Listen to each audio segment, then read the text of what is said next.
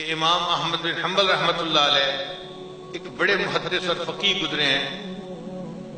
اللہ نے ان کو بڑا مقام عطا کیا تھا. بڑھاپا تھا تو انہوں نے ایک دوسری بستی میں جانا تھا کسی کام کے لیے، نجی کام تھا.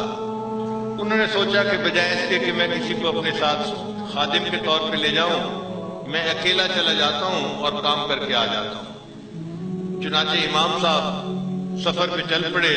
ایک تھیلا تھا جس میں ضرورت کی کوئی سفر کی چیز تھی، زیادہ رہا تھا اور چل پڑے. مغرب کا وقت ہوا تو ایک بستی میں آپ نے مغرب کی نماز پڑھی، عشاء کی نماز پڑھی.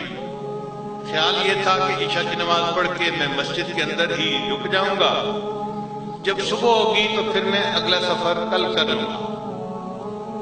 آپ عشاء کی نماز پڑھ کے بیٹھے تو تھوڑی دیر کے بعد مؤذن وارد ہو گیا. بڑے میاں یہاں کیوں بیٹھے ہو؟ آپ چلو، میں نے تو مسجد کو بند کرنا ہے. تو امام صاحب سوچ میں پڑ گئے کہ میں نے تو رات گزارنے کی نیت کی تھی اور یہ کہتا ہے کہ چلو مسجد سے. تو اٹھتے اٹھتے تھوڑی دیر ہو گئی تو وہ مؤذن گرم ہو گیا، غصے میں آ گیا. بڑے میاں جلدی نہیں کریں گے نا تو میں آپ کی گٹری اٹھا کے مسجد سے باہر پھینک دوں گا، جلدی کرو. امام صاحب بڑے حیران، دل میں دعا کی، یا اللہ کیا آپ مجھ سے ناراض ہو گئے ہیں کہ میں آپ کے گھر میں بیٹھ ہی نہیں سکتا؟ یہ کیا میرے اوپر بندہ آپ نے مسلط کر دیا کہ یہ مجھے بھگا رہا ہے یہاں مسجد سے. خیر امام صاحب ذرا دل گرفتہ تو ہوئے مگر مسجد سے باہر تشریف لائے. جیسے ہی مسجد کے دروازے سے باہر نکلے تو دیکھا کہ مسجد کے دروازے کے ساتھ ایک تنور تھا، نان بھائی کی دکان تھی. جیسے افغانی نان لوگ خریدتے ہیں نا، تنور پہ لگتے ہیں تو لوگ خریدتے ہیں، تو وہ روٹیاں پکا رہا تھا. تو امام صاحب نے سوچا ٹھنڈ ہے، ادھر ادھر جاؤں گا تو ٹھنڈ لگے گی، بہتر ہے کہ میں تنور کے قریب ہی بیٹھ کے وقت گزار لیتا ہوں. تو امام صاحب نے اس نوجوان سے پوچھا کیا میں آپ کے قریب یہاں بیٹھ سکتا ہوں؟ آپ اپنا کام کرتے رہنا، میں بیٹھا رہوں گا. اس نے کہا بڑے میاں بیٹھ جاؤ. تو امام صاحب بیٹھ گئے.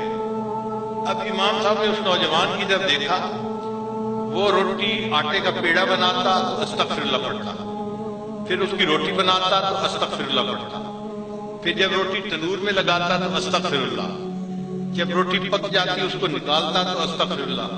ہر سٹیپ پہ وہ استغفر اللہ پڑھتا رہا. امام صاحب اس کو کافی دیر بیٹھ کے دیکھتے رہے.